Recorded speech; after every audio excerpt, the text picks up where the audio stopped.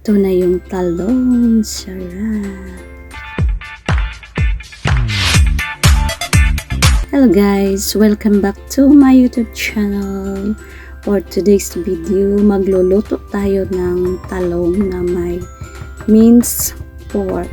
So, minced pala natin yung pork natin guys. Mano-mano lang tayo kasi wala tayong machine.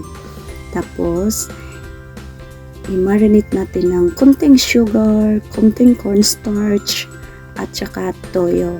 Yan. Halo-haloin natin, mix natin siya.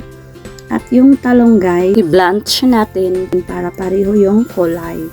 Tapos, mag-isa tayo ng bawang, saka natin ilagay yung minced pork na minamarinate natin. Ayan, halo-haloin lang natin. At kung konting brown na ay hanguin.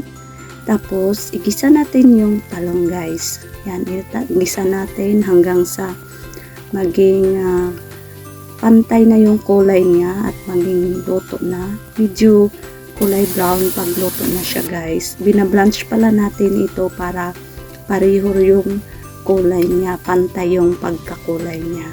Tsaka natin ilagay yung ating minced pork na ginisa ng bawang. Yan, ginisa natin sa bawang. Tapos, mayroon tayong mix tayo ng konting oyster sauce. Yan. Tapos, konting cornstarch at saka sugar at toyo. Tapos, lagyan natin ng water. Saka natin siya i-mix guys. So, i-mix natin siya, ihahalo natin siya doon sa may talong na ginisa natin na may minced pork para malasa yung ating talong. Ayan. O, diba? Yan. Halo-haloin mo lang hanggang sa maging matuyo na siya guys. Yung medyo matuyo na siya para maging masarap. Oh, diba? Ito na.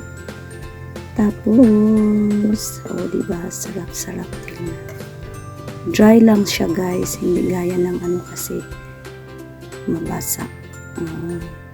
Thanks for watching.